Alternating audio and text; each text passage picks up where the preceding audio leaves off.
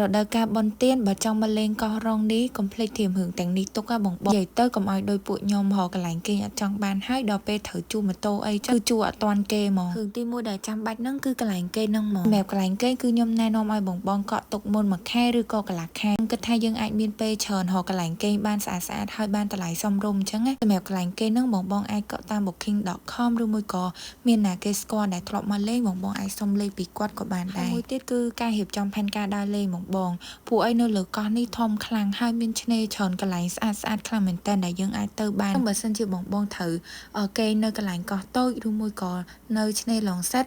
បងអាចជួម៉ូតូដើម្បីជិះទៅ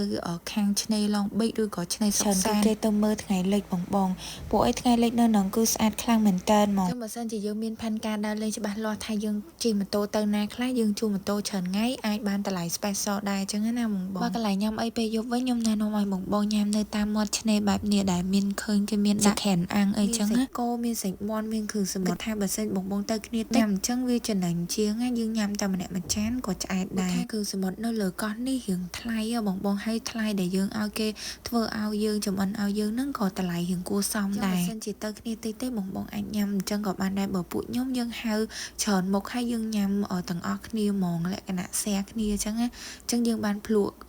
ច្រើនមុខហ្មងអញ្ចឹងសម្រាប់វីដេអូថ្ងៃហ្នឹងគឺមានតែប៉ុណ្្នឹងទេជួបគ្នានៅវីដេអូក្រោយទៀតបាយ